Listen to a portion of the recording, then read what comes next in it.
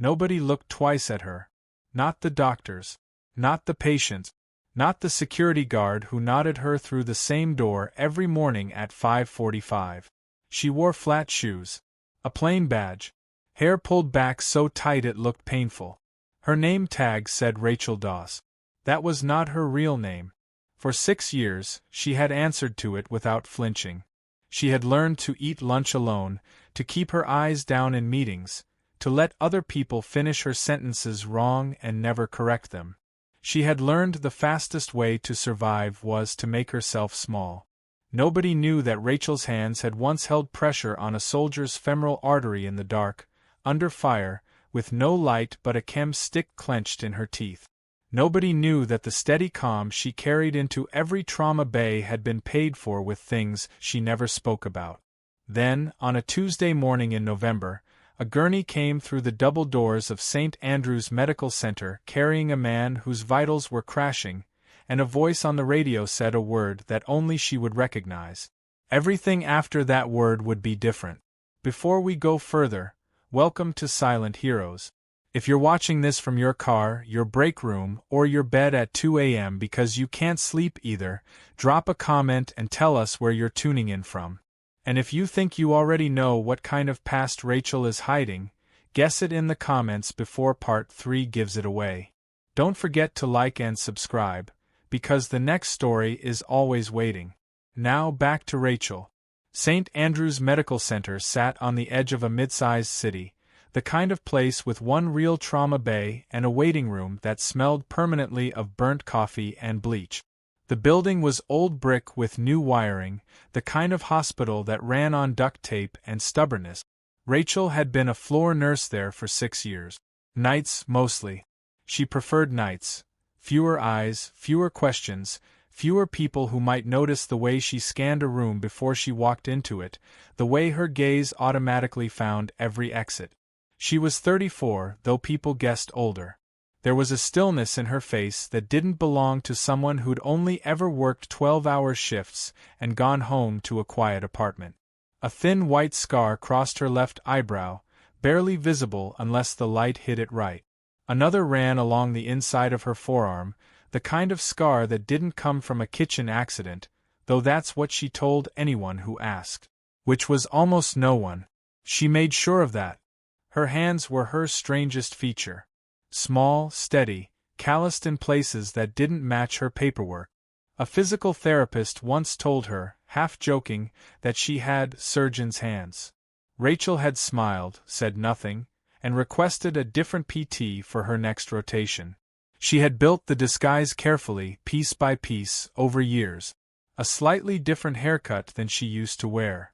Glasses she didn't strictly need. A voice pitched a half-step softer than her natural register, so that even her own name, the fake one, sounded like it belonged to someone gentler than she was. Nobody knew that Rachel Doss wasn't the woman's real name at all. Nobody knew what she used to be called, back when a different set of dog tags hung around her neck instead of a hospital ID badge. She had chosen invisibility on purpose. Not out of shame. Out of necessity. There were people, she believed, she needed to believe, who were still looking for the woman she used to be. And the surest way to disappear from people who are looking for a soldier is to become someone so ordinary they'd walk right past her in a hallway. It worked.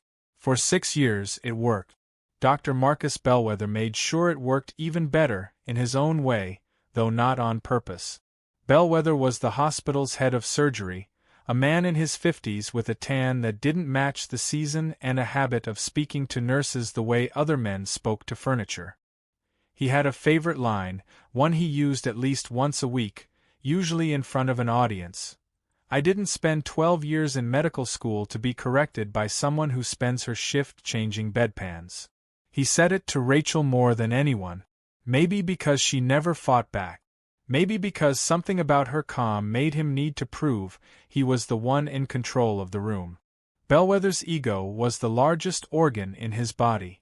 He mistook confidence for competence, volume for authority. He had built a career on being the loudest voice in any code blue, and it had carried him a long way, Because in a hospital that ran short-staffed and overworked, loud often looked like leadership, even when it wasn't. Rachel watched him work the way she watched everything, quietly, cataloging. There was one person at St. Andrew's who watched Rachel the same way.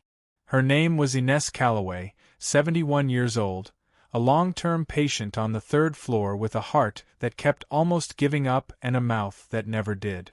Inez had been in and out of St. Andrew's for 8 months, and in that time she had decided, with the total confidence of the very old, that Rachel Doss was not what she pretended to be. "You check that door every time you walk into my room," Inez said one night, not looking up from her crossword. "Nurses don't do that. Soldiers do that." Rachel's hands had gone still on the 4 line for exactly 1 second. "You're imagining things, Inez." Inez said. "Maybe. But I've been alive a long time, sweetheart. I know what a person looks like when they're hiding a war inside them."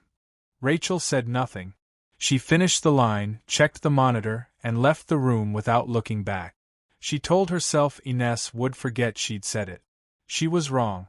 By 6 o'clock in the morning, the hallway outside Trauma Bay 2 was already loud. Rachel had been 3 hours into a night shift that felt, up to that point, ordinary. A broken wrist. A fever in room 214. The usual rhythm of small emergencies that never quite became large ones.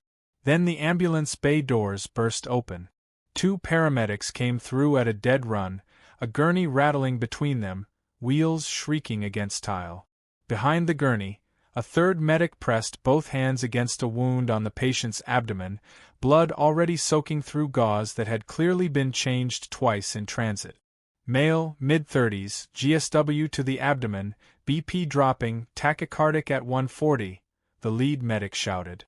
"We've got maybe minutes." The trauma bay erupted into motion. Nurses converged. Monitors were slapped onto skin. Someone called for O-negative blood, stat. Dr. Bellwether arrived 40 seconds later, white coat still half-buttoned, hair combed despite the hour. Bellwether never looked less than photographed, even at 6 a.m. He took one look at the patient and began issuing orders in the clipped, theatrical voice he used when he knew people were watching. "Get him prepped for exploratory laparotomy, now. I want him in or 2 in under 10 minutes. Rachel was already at the monitor. She saw it before anyone else did. The pattern in the numbers, not just the blood pressure crashing but the rhythm of the crash. Sudden. Uneven. Paired with distended, tympanic abdominal swelling that didn't match a straightforward stomach wound. Her internal monologue moved faster than her mouth. Not just bleeding. Pressure building where it shouldn't. Breath sounds diminished on the left. "This isn't simple hemorrhage, this is tension. Dr. Bellwether," she said. "Before you move him, check his breath sounds. Left side." Bellwether didn't look up from the chart. "I don't need a nursing consult on a GSW, Doss. This isn't complicated. Bullet, blood, surgery. Prep him."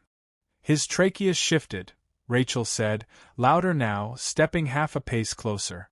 "Listen to his chest. If this is a tension pneumothorax on top of the abdominal bleed, moving him to the OR without decompressing it first could kill him in the elevator." A resident near the door went still. One of the nurses glanced sideways, just for a second, at the monitor, then back at Rachel. Bellwether's jaw tightened. He was aware, suddenly, of the 8 people in the room who had all just heard a nurse contradict him in front of a dying man. "I've been doing trauma surgery since before you had your license, Doss," he said, voice sharpening into the register he used for public correction. "I didn't spend 12 years in medical school to be lectured by someone who spends her shift changing bedpans. Move him. Now." Nobody argued with Bellwether. That was the rule, spoken and unspoken, in every hallway of St. Andrew's. Do not contradict him. Do not mention missed diagnoses. Do not make him look small. Rachel had followed that rule for 6 years. She looked at the monitor one more time. Heart rate climbing. Oxygen saturation beginning, just beginning, to slip. The patient's lips were turning the faintest shade of blue at the edges, A color she had seen before, on a different table, in a different country, under artillery light instead of fluorescent tubes. Something in her chest, something she had kept sealed for 6 years, cracked open half an inch. "Sir," she said, and her voice had changed. Flattened. Steadied. "If you move him right now, you will lose him in the elevator." The word hit the room like a detonation. Not the word "sir," the tone underneath it. Command. Not request. A young resident, Priya, who had only worked with Rachel a handful of times, felt the hair rise on her arms without understanding why. Bellwether turned fully toward her now, face reddening. "Excuse me. I need a 14-gauge needle and betadine," Rachel said, already moving toward the supply cart, her hands no longer trembling the way they usually did around anything sharp on this floor.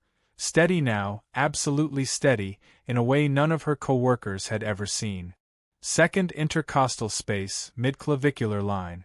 "I can decompress this in under 30 seconds. You are not touching this patient," Bellwether snapped. "You are a nurse." "Then stop me," Rachel said. He didn't. Not because he agreed. Because in the 2 seconds it took him to decide whether to physically block her, the patient's oxygen saturation alarm began to shriek, and the decision made itself. Rachel's fingers found the landmark without hesitation. Second intercostal space, mid-clavicular line, exactly where she'd been trained to find it a decade earlier, in a tent that smelled like diesel and dust instead of antiseptic. She swabbed once, fast, and drove the needle in with a controlled, practiced motion that had nothing hesitant in it at all. There was a hiss of escaping air. The monitor's alarm dropped from a shriek to a steady, climbing beep. Oxygen saturation began, almost immediately, to rise. The room went silent except for the sound of the machines. Priya stared at Rachel's hands. Hands that, 10 seconds ago, had been the hands of a quiet floor nurse, and were now doing something no floor nurse in this hospital had ever been trained to do without hesitating once. "How," Priya breathed, "did you just—" Rachel didn't answer. She was already checking the patient's pulse, her spine straighter than anyone in that room had ever seen it, her gaze steady in a way that made Bellwether take, without quite realizing it, one small step backward.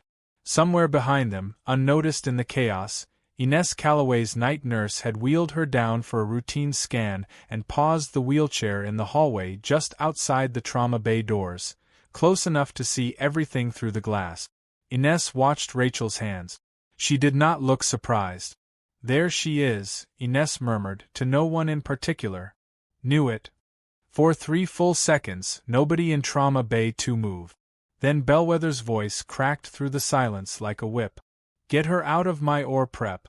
Now." 2 security guards, summoned by a call nobody remembered making, appeared at the doorway. Rachel didn't fight them.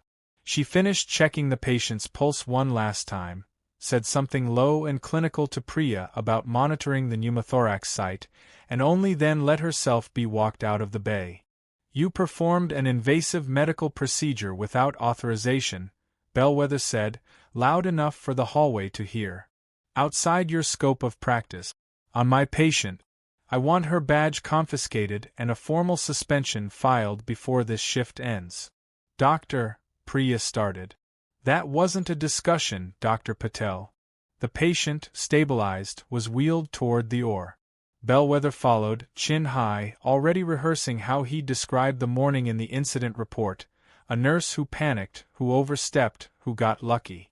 Rachel stood in the hallway with her badge in one hand and a security guard on either side of her, and for 6 years' worth of silence, something in her finally refused to bend. "I need to see the rest of that surgery through," she said. "You're suspended," the guard said, not unkindly. "Hospital policy." "No," Rachel said. "Just that. One word, flat as a closed door. I am just done hiding." She stepped past both guards. Neither one grabbed her. Something in her voice made that impossible. She walked back into the observation corridor outside OR 2, where a small crowd had already gathered. Nurses on break, 2 residents, a janitor who'd stopped mid-mop. Word moved fast in a hospital. The quiet nurse just decompressed a chest cavity with her bare hands and Bellwether lost it. Through the glass, they watched Bellwether's hands shake as he opened the abdominal incision. Watched him hesitate over a bleeder he clearly hadn't expected.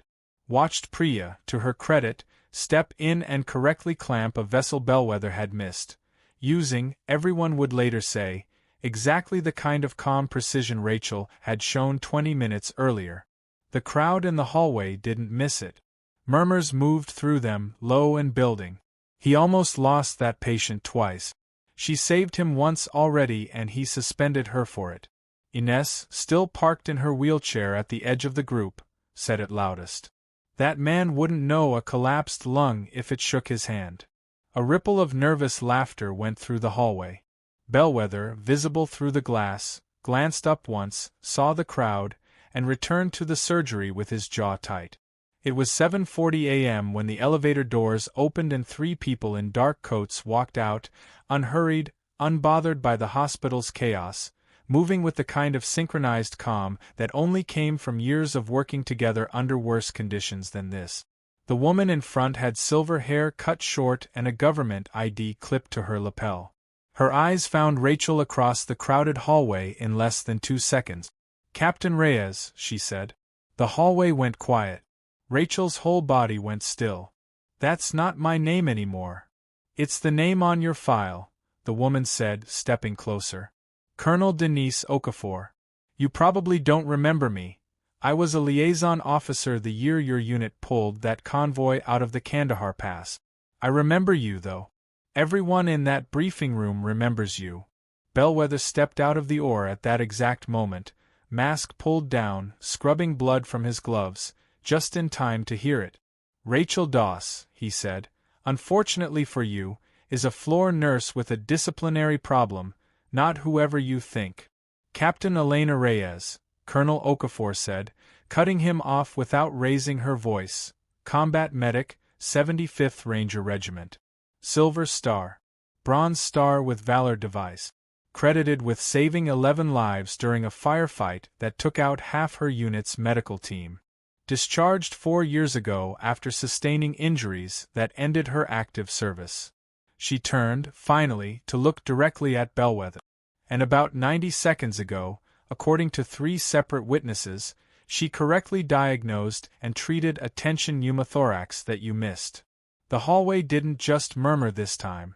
It went dead silent, then erupted, quiet gasps, someone whispering Silver Star like the words didn't fit in a hospital corridor. Bellwether's face had gone the color of the tile floor. This is completely irregular, I was never informed." "You suspended a decorated combat medic for performing a life-saving intervention you failed to catch," Okafor said. "I'd be very careful what you say next, Doctor." Bellwether opened his mouth, closed it, opened it again. "She never disclosed her military record," he said finally, weakly. "That's on her, not me. How was I supposed to know?" "You weren't supposed to know," Rachel said quietly, and the room turned to her. "You were supposed to listen. I told you what was wrong with that patient before you ever laid a hand on him. You didn't need my file to believe me. You needed to not be so sure you already knew everything." Nobody in the hallway said a word. Bellwether looked around, at the crowd, at Okafor, at Priya standing in the doorway still in bloodied gloves, at Ines Calloway watching from her wheelchair with an expression that was almost a smile, and understood, all at once, that there was no version of this morning he was going to walk away from clean. "This isn't over," he said, because it was the only thing left to say, and because men like Bellwether never knew how to leave a room without the last word. He was wrong. It was over. He just didn't know it yet. Bellwether retreated to his office, but the hallway didn't forget what it had just seen, and neither did the hospital administration. By 9 that morning, Colonel Okafor was seated across from St. Andrew's chief medical officer, Dr. Aaron Whitfield, in a conference room that smelled like stale coffee and old carpet. Rachel sat beside her, back straight, hands folded, the tremor she used to hide behind clipboards and long sleeves nowhere in sight. "I want to be clear about something," Okafor said. I'm not here to make demands about your hospital's staffing decisions. I'm here because Captain Reyes' service record is a matter of public honor, and I was not going to let a man like Bellwether drag it through the mud without correction. Whitfield, a tired man in his 60s who had run St. Andrews for 11 years and seen every version of hospital politics there was to see, rubbed his eyes. Colonel, I've already pulled the security footage and spoken to 4 witnesses. Nurse Doss, Captain Reyes, likely saved that patient's life this morning. Dr. Bellwether's conduct, on the other hand, is under a very different kind of review. He's suspended her twice in 6 years, Priya said, from the doorway, where she'd been waiting to be called in. She hadn't been invited to speak. She said it anyway. Both times for correcting him. Both times he was wrong. Whitfield looked at her for a long moment, then wrote something down. Rachel said nothing through most of the meeting. She'd spent 6 years learning the value of silence, and old habits didn't dissolve in a single morning. But when Whitfield finally turned to her and asked, gently, why she'd never disclosed her background, she found the words waiting, steadier than she expected. Because for a long time I couldn't separate who I used to be from what happened to me because of it, she said. There were people looking for the person I used to be. Not friendly people. I didn't build this. She gestured at the badge on the table, the plain haircut, the flat shoes still on her feet, because I was ashamed. I built it because it was the only way I knew how to keep breathing. Nobody in the room spoke for a moment. I'm not asking you to erase 6 years of hiding, Whitfield said finally. I'm asking what you'd need, going forward, if you're willing to stop. Rachel looked at her hands. Steady. Still steady, an hour later, in a way they hadn't been in longer than she could remember. I don't know yet, she admitted. But not this. Not pretending anymore. The story might have ended there. Quiet vindication, a written apology, Bellwether transferred to another wing with a formal reprimand in his file. That was the version the hospital wanted. Clean. Contain. Over by lunch. It wasn't the version that happened. Because 2 days later, while reviewing the incident for the hospital's internal file, a records clerk named Simone Ashby noticed something odd buried in the gunshot patient's paperwork, the man Rachel had saved. His admission form listed him as a construction worker, no known next of kin, injured in what police reports called an altercation. But his insurance intake, filed separately and clumsily, referenced a clinical trial code that didn't match anything St. Andrews currently ran. Simone, more out of boredom than suspicion, cross-referenced the code. It belonged to a private research trial, one that Dr. Marcus Bellwether had personally authorized 8 months earlier, under a partnership with a pharmaceutical company called Vantrix Biomedical. A trial that, according to the hospital's own ethics board minutes, had been quietly shelved after 2 adverse patient outcomes. The gunshot patient's chart showed he'd been enrolled in that trial. Simone forwarded the discrepancy to Whitfield's office, more as a formality than anything else. She had no idea what she'd just set in motion. Rachel found out about it from an unlikely source, Ines, who had, in her 8 months at St. Andrews, made it her personal mission to know every piece of hospital gossip before the nurses did. You should ask your colonel friend to look into Vantrix Biomedical, Ines said one evening, not looking up from her crossword, the same way she never looked up when she said something that mattered. That gunshot man wasn't in a bar fight. Nurses talk. Security talks more. What are you saying, Ines? Ines finally looked up, and for the first time since Rachel had known her, there was no teasing in the old woman's eyes at all. I'm saying, Ines said, that man wasn't randomly shot. And I don't think your surgeon friend is only guilty of being an arrogant fool. Rachel felt something cold settle low in her stomach, a feeling she recognized instantly, one she hadn't felt since her last deployment. The feeling of a mission that wasn't over yet. Rachel didn't sleep that night. She sat at her kitchen table with the lights off, a habit she'd never fully broken, and went through everything she knew about the gunshot patient, which, she realized with growing unease, was almost nothing. No visitors. No family contacted. A name, Daniel Okafor, no relation to the colonel, a coincidence that had made Rachel's skin crawl the first time she'd seen it on the chart, that didn't match any record when she quietly ran it through a contact she still had from her old life. By 6 a.m., she was in Colonel Okafor's hotel room, laying out what Inez had told her and what Simone had found buried in the paperwork. Okafor listened without interrupting, the way officers who had run real investigations always listened, taking in everything, reacting to nothing. Vantrix Biomedical, Okafor said finally. That name's familiar. Give me a day. Took her 6 hours. What she found, and relayed to Rachel in a diner 2 blocks from the hospital, over coffee neither of them drank, was this. Vantrix Biomedical had funded 3 trials at St. Andrews over the past 2 years, all authorized by Bellwether, all involving an experimental clotting agent for trauma patients. The first 2 trials had been quietly terminated after adverse events, one patient with severe internal bleeding that wouldn't stop, another who'd suffered a fatal reaction that had been recorded, oddly, as cardiac arrest, unrelated cause. The third trial had never been formally closed. It had simply gone dark. No reports filed, no patients listed as active, no paper trail at all. Except Daniel Okafor's chart. He wasn't shot in a bar fight, Colonel Okafor said quietly. Someone shot him to make sure he never talked. My guess, and it's only a guess right now, is he was a patient from that third trial who started asking questions Vantrix didn't want answered. Bellwether's name is on every authorization form, which means either he's the architect or he's the fall guy. He's not smart enough to be the architect, Rachel said. No, Okafor agreed. But he's exactly vain enough to take money for signing his name on things he never bothered to read. Rachel felt the cold, focused calm settle over her that she hadn't felt in 4 years, not since her last mission, not since the injury that ended it. It wasn't fear. It was clarity. I need to see that patient again, she said. He's stable. Recovering. Under police guard, Okafor said. But Rachel, if someone already tried to kill him once for what he knows, a second attempt isn't off the table. Especially now that his chart's been flagged.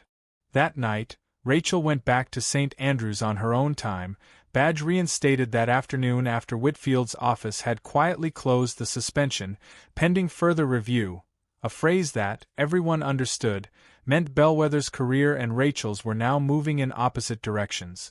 She found Daniel Okafor awake, pale, staring at the ceiling of his hospital room with the particular stillness of a man who knew he was being watched by more than the monitors.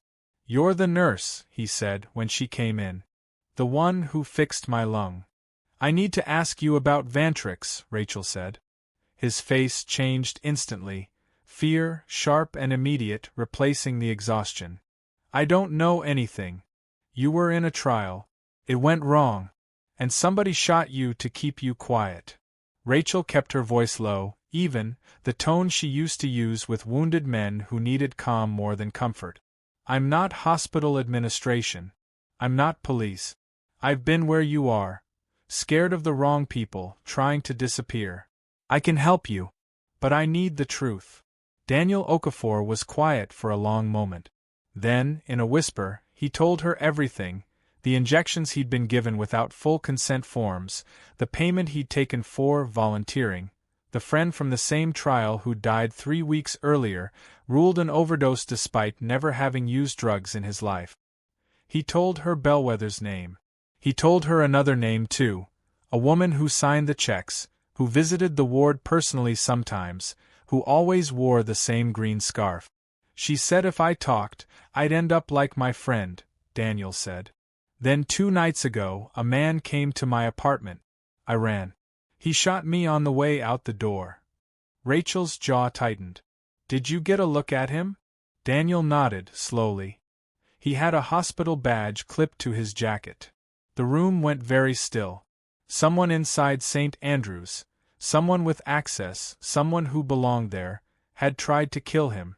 Rachel stood, already moving toward the door, her mind running through exits, threats, and protocols with the fluent, practiced speed of a soldier and not a nurse. "Stay here," she said. "Don't open this door for anyone but me, Colonel Okafor, or hospital security you personally recognize. Understand?" Daniel nodded, gripping the blanket with both hands. Rachel stepped into the hallway, and nearly collided with a man in hospital scrubs walking too fast, head down, one hand pressed against the pocket of his jacket in a way that made every instinct she had scream at once. He looked up. Their eyes met for exactly 1 second. Then he ran. Rachel didn't think. She moved. 6 years of careful, deliberate stillness burned off her in an instant, and what was underneath it came forward without hesitation. The same reflexes that had once carried her across open ground under fire, the same calculation that measured distance and cover in half a heartbeat. "Security to 3rd floor east," she shouted, already running. The man in scrubs shoved through a service door at the end of the hall, into the stairwell. Rachel hit the door 2 seconds behind him, close enough to hear his breathing, ragged and panicked, echoing off concrete. He was fast. She was faster, not because of youth or size, but because she had trained for exactly this years ago, in conditions far worse than a hospital stairwell. She caught his jacket on the landing between the 2nd and 3rd floors. He spun, swinging wildly, and she saw the flash of a syringe in his hand. Not a gun this time, something meant to look accidental, something meant to kill quietly. She didn't give him the chance to use it. Her hand caught his wrist, twisted, and drove it hard into the railing. The syringe clattered down 3 flights of stairs and shattered on the landing below. He cried out, more from shock than pain, as she pinned his arm behind his back and forced him face first against the wall, the same controlled, economical movement she'd once used to restrain combatants twice her size. "Who sent you?" she said. Not a question. A command. He didn't answer. He didn't have to. Security arrived 30 seconds later, followed by 2 police officers who'd been stationed near Daniel Okafor's room, and in the chaos that followed, someone pulled the man's ID badge from his jacket pocket. Facilities, contract staff. Name, Gerald Munn. Not hospital employed. Contracted through a third-party maintenance company. One, Colonel Okafor would confirm within the hour, quietly owned by a shell corporation with financial ties to Vantrix Biomedical. They had sent someone from inside the building, because inside the building was the one place nobody questioned a badge. By morning, Munn had given police a name in exchange for a reduced charge. The woman with the green scarf, the one who signed the checks. Her name was Diane Castellan, Vantrix's vice president of clinical partnerships, and according to Munn, she had personally authorized containing 2 loose ends from the failed trial. Daniel Okafor and the friend who had died 3 weeks earlier, whose death, Munn admitted under questioning, had not been an overdose at all. Bellwether's name came up too, not as the architect Rachel had suspected, but exactly as Okafor had guessed. A vain man, flattered by attention from a pharmaceutical rep who complimented his research vision, paid a consulting fee to sign authorization forms he never fully read, and too proud to admit he hadn't understood what he'd approved. When police arrived at St. Andrews that afternoon to formally question him, Bellwether was in his office, already halfway through drafting a resignation letter he clearly hoped would make him look proactive rather than caught. "I didn't know what the trial actually involved," he told the detectives, his voice smaller than anyone at St. Andrews had ever heard it. "I signed what I was told to sign. That's not a crime. Falsifying oversight on human trial consent forms is a federal crime, Doctor," the lead detective said flatly. "We'll let the DA sort out how much of this was ignorance and how much was convenient blindness." Rachel watched from the hallway as Bellwether was led out, his white coat traded for a plain jacket someone had handed him, his tan somehow looking sallow under the fluorescent lights for the first time in his career. He caught her eye on the way past. "You could have just done your job," he said, bitter, desperate for one last word. "None of this had to happen." "You're right," Rachel said quietly. "You could have just listened to me the first time. None of this had to happen." He had nothing left to say to that. The detectives walked him out through the same hallway where, 3 days earlier, he'd told a crowd of witnesses that a nurse had no business correcting a surgeon. Diane Castellan was arrested 2 days later at a Vantrix regional office, calm and composed right up until the moment federal agents read her the charges: conspiracy, falsification of clinical records, and, pending further investigation, involvement in the death of the second trial patient. The green scarf, it turned out, hadn't been a fashion choice. It was, according to one junior Vantrix employee who cooperated with investigators, something she wore specifically to trials she considered successful enough to keep quiet. It would take months for the full case to unravel in court. But the most dangerous part, the part that had put Daniel Okafor's life and Rachel's own in the crosshairs, was over within a week. Rachel sat by Daniel's bed the evening after Castellan's arrest, watching the color slowly return to his face, watching him breathe without the tight, frightened shallowness he'd carried since the night he was shot. "You saved my life twice," Daniel said. "The lung. And the stairwell." Rachel almost smiled. "Almost. You're not the only one who got saved this week," she said, and didn't elaborate, though she was thinking, distantly, of a version of herself that had walked into St. Andrew's 6 years ago and decided the only way to survive was to disappear completely. That version of her, she was beginning to understand, didn't have to disappear anymore. The weeks that followed moved faster than Rachel expected, and slower, too, in the strange way that healing always does. Quick in the parts you can measure, achingly slow in the parts you can't. Bellwether was formally terminated within 10 days, his medical license suspended pending the outcome of the federal investigation. St. Andrews issued a quiet statement about leadership changes in the surgical department that named no one directly, though everyone in the hospital knew exactly who and why. Vantrix Biomedical's contract with the hospital was terminated the same week, and the state medical board opened its own parallel inquiry into every trial the company had ever funded. Diane Castellan was denied bail. Gerald Munn testified against her in exchange for a reduced sentence. The case would take a year, maybe more, to fully resolve, but the immediate danger, the part that had put a needle in a stairwell and a bullet through Daniel Okafor's abdomen, was over. Rachel testified twice. Once to hospital administration, once, briefer and more clinical, to federal investigators. Both times, she answered questions the way she'd been trained to answer them years earlier, precisely, without embellishment, without unnecessary emotion. It was only afterward, alone, that the emotion caught up with her. It caught her on a Thursday evening, 3 weeks after the stairwell, sitting in her apartment with the lights on for once. She'd stopped needing the dark to feel safe, staring at an old photograph she kept in the bottom of a drawer she rarely opened. 4 soldiers, sun-bleached and grinning, arms slung over each other's shoulders somewhere outside Kandahar. Only 2 of them were still alive. The name on the dog tags around her neck in that photo wasn't Rachel Dawes.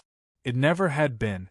She thought about the soldier beside her in the photo, Specialist Marcusine, 24 years old, the medic who'd trained beside her, who hadn't made it out of the pass that day 4 years ago.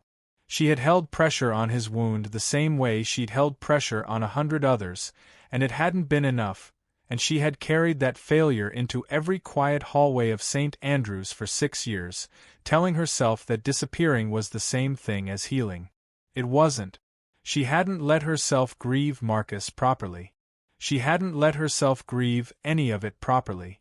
She had simply folded herself smaller and smaller until there was no room left for the ache to surface.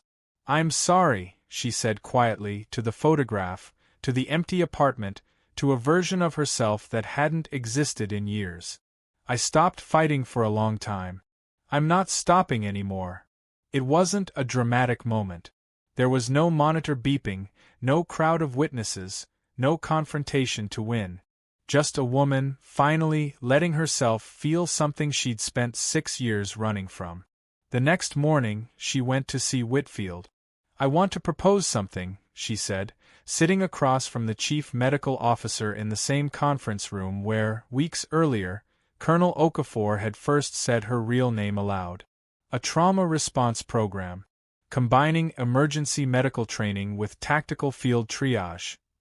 The kind of protocol I used in the field, adapted for civilian mass casualty events, active shooter situations, natural disasters. The gaps this hospital has, that most hospitals have, because most training programs don't bridge combat medicine and civilian ER work. Whitfield leaned back, considering her for a long moment. You'd run it. I'd want to, Rachel said. If you'll let me stop pretending to be someone I'm not while I do it. Whitfield smiled, the first real smile Rachel had seen from him since this had all started. Captain Reyes, he said, testing the name, I think St. Andrews owes you considerably more than a training program. But it's an excellent place to start. They named it 3 weeks later, after the paperwork cleared and the funding, partly hospital, partly a grant Colonel Okafor helped secure through her military contacts, came through. The Marcus Ean Rapid Trauma Response Program. Rachel stood in the small office they'd given her on the 3rd floor. A real office now, with her real name on the door, and looked at the plaque for a long time before she was able to walk inside. Priya became her first trainee, then her assistant coordinator, trading her residency rotation for a spot in the program within a month of hearing about it. I want to learn to do what you did in that trauma bay, she told Rachel. Not the needle decompression. The part where you didn't back down. Rachel found herself smiling more in that first month than she had in the 6 years before it combined. And on a quiet Tuesday afternoon, wheeling herself down to the 3rd floor for what she insisted was just checking the crossword section of the paper, and was obviously nothing of the sort, Inez Calloway found Rachel's new office and knocked on the open door with her cane. Told you, Inez said, settling into the visitor's chair without being invited. Knew there was a war in you the first week I met you. Rachel looked up from the folder of new trainee applications. You did tell me. And you didn't listen. I'm listening now. Inez studied her for a moment. The straight spine, the steady hands, the office door with a real name on it, and nodded, satisfied, like a woman who had finished a long crossword and gotten every answer right. Good, she said. It suits you better. The not hiding. 6 months later, the Marcus Ean Rapid Trauma Response Program had trained 41 nurses, residents, and EMTs across 3 regional hospitals, and Rachel Reyes, she used both names now, the old and the new, stitched back together instead of buried, had testified, for the 3rd and final time, at Diane Castellan's sentencing hearing. Castellan received 18 years. Bellwether, in a plea deal that spared him prison but ended his medical career permanently, was sentenced to probation and a lifetime ban on practicing medicine in any capacity. He sold his house within the year and left the state. Nobody at St. Andrews heard from him again, and nobody particularly wanted to. Daniel Okafor recovered fully. He visited the trauma program's first graduation ceremony, standing quietly at the back of the room, and when Rachel spotted him afterward, he didn't say much, just shook her hand and said, I got a chance because you didn't stop. Then he left, the way people who've survived something enormous often do, quietly, back into an ordinary life he'd fought hard to keep. The rapid-fire vitals countdown of that first morning, the shrieking monitor, the tension building in a chest that shouldn't have had air where air didn't belong, had faded into something Rachel could look back on now without her pulse climbing. What hadn't faded was what it had cracked open in her. The permission, finally, to stop treating her own history as a liability. She kept the photograph of her unit on her office wall now, not hidden in a drawer. Marcus Yin's face smiled out at every trainee who walked through her door, a quiet reminder of why the program existed at all, and why it mattered to get the training right.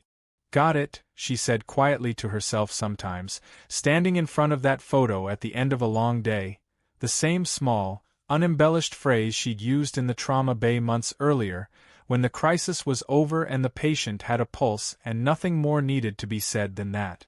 He has a chance now. So does everyone the program will train. Ines Calloway attended the graduation ceremony too, in a wheelchair decorated for the occasion with a small handmade sign that said, in her own looping handwriting, "I called it first." She had, by then, become something between a mascot and a mentor to the program's newest trainees, holding court in the third-floor common room most afternoons, dispensing opinions nobody asked for and were somehow always grateful to receive. When Rachel stood at the podium that day, in front of 41 graduates and a small crowd of hospital staff, she didn't give a long speech. She had never been a woman built for long speeches. "For a long time," she said, "I thought the only way to survive what happened to me was to disappear. To make myself so small, so unremarkable, that nothing could find me again.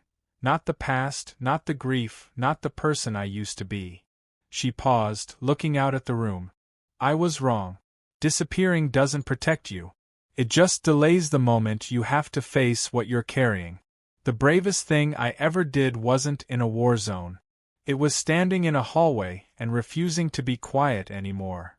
The room was silent for a moment, and then it wasn't, applause rising, warm and real, from people who had spent 6 months learning, in her name and Marcus's, how to save lives the way she once had. She caught Priya's eye across the room.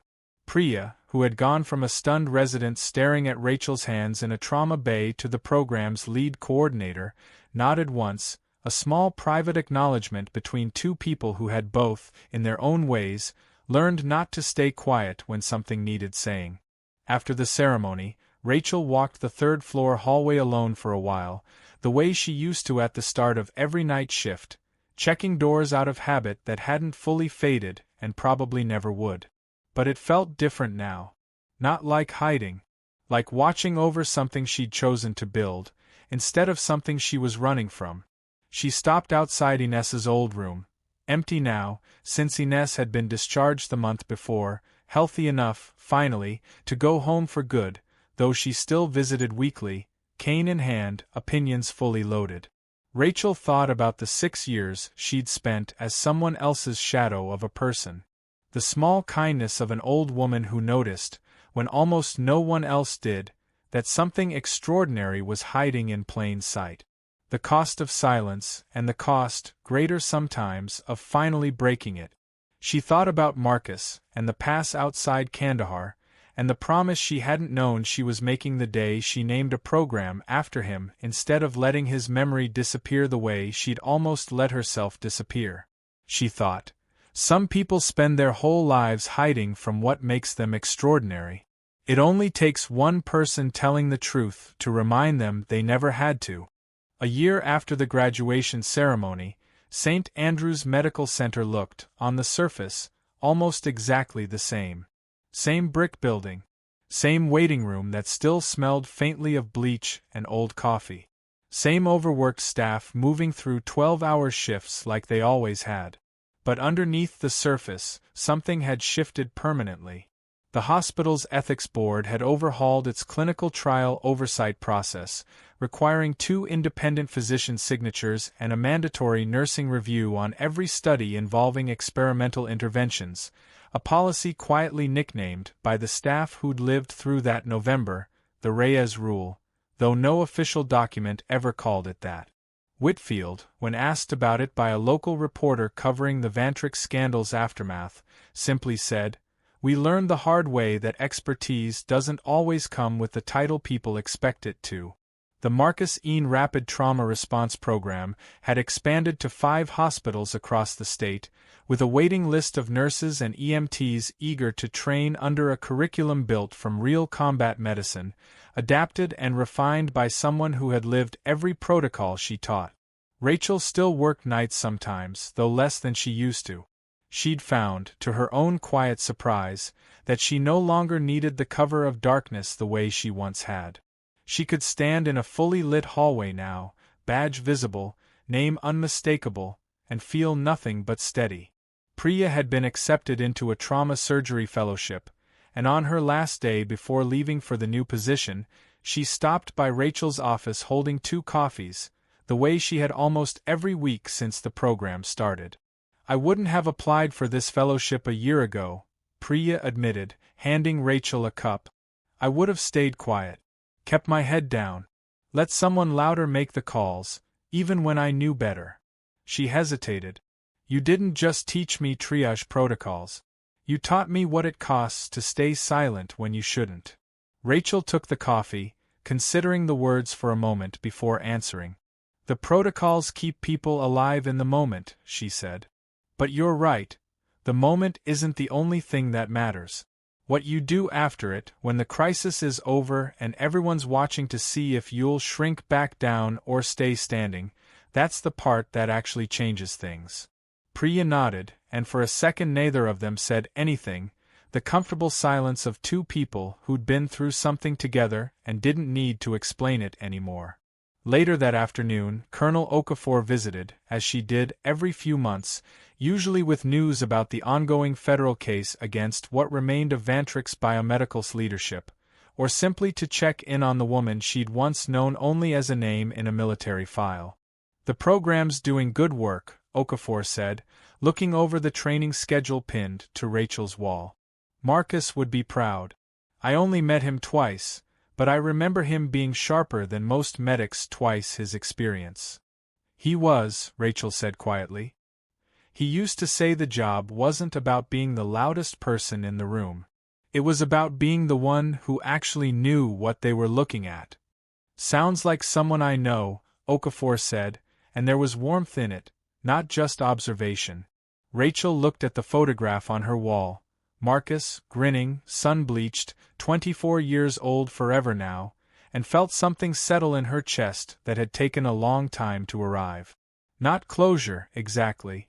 Grief didn't work that cleanly, and she'd stopped expecting it to. But something steadier. Something that let her carry the weight without it crushing her. Ines still visited every week, cane clicking against the tile, opinions fully intact, though her heart had finally stabilized enough that her visits to St. Andrew's had become social calls instead of medical necessities. You look different, Ines told her, one Thursday afternoon, settling into the chair across from Rachel's desk with the particular satisfaction of a woman who had been right about something important and never let anyone forget it. Different how? Like a person who isn't checking the door every 5 seconds anymore. Rachel glanced, instinctively, at the door. It was open. She hadn't checked it in over an hour. She smiled, a real one, unguarded, the kind she hadn't let herself wear in years. I guess I finally believe I'm allowed to stop hiding, she said. Ines reached over and patted her hand, the way she had the very first week they'd met, when she'd told a startled young nurse that soldiers checked doors and nurses usually didn't, and neither of them had known yet how much that small observation would eventually unravel. About time, Ines said. The world needed you standing up, not folded small in some corner. Outside the window, St. Andrew's continued its ordinary rhythm, ambulances arriving, patients discharged, the quiet churn of a hospital that had, in the space of a single dramatic morning, been forced to remember that expertise doesn't always announce itself loudly, and that the people who save lives don't always look the way anyone expects them to. Rachel Reyes sat in an office with her real name on the door, surrounded by the work she'd built out of 6 years of silence, and one morning she'd finally refused to stay quiet, and understood, fully, for the first time in a long time, that she was exactly where she belonged. 2 years is a long time in a hospital. Long enough for new residents to rotate through who never knew Bellwether's name, who only knew the trauma bay as the place where the Reyes protocol was taught on day one. Long enough for the Marcus Ean Rapid Trauma Response Program to graduate its 200th trainee. Long enough for a plaque to go up in the third-floor hallway, small and unassuming, the way Rachel had insisted it be. No dramatic language, no embellishment, just a name, a date, and a single line, for the ones who see what others miss and say so anyway. Rachel stood in front of it sometimes, at the end of a long shift, the way she used to stand in front of Marcus's photograph. It wasn't guilt anymore that kept her there. It was something closer to gratitude, for the old woman who noticed a soldier's stillness under a nurse's badge, for the colonel who said a name out loud in a crowded hallway, for the version of herself that had finally decided invisibility wasn't the same thing as safety. She still checked doors sometimes. Some habits don't disappear, they just stop running the show. But she walked those hallways now with her spine straight and her name on her badge, training the next generation of nurses and medics to trust what they saw, even when the loudest voice in the room told them not to. Especially then. Priya called from her fellowship sometimes, sharing stories of trainees who'd used the program's protocols to save lives on their own. Daniel Okafor sent a card every year on the anniversary of the shooting, always with the same short message. Still here because you didn't stay quiet. Ines, well into her 80s now, still came by for coffee and crosswords, still claimed, every single time, that she'd known Rachel's secret from the very first week. She probably had. If there's one thing this story leaves behind, it's this. The quietest person in the room is sometimes the one who's already survived the loudest storms. Expertise doesn't always announce itself. Courage doesn't always look the way you expect. And the truth, once spoken, has a way of standing up even when the person carrying it has spent years learning how to stay small. Don't mistake silence for absence. Don't mistake gentleness for weakness. And never assume you already know the whole story of the person standing quietly beside you. If this story moved you, hit like and subscribe to Silent Heroes so you never miss the next one. Tell us in the comments, what would you have done in Rachel's position the moment Bellwether told her to stay silent? Would you have spoken up in that hallway, or waited like everyone else? The next story is already waiting.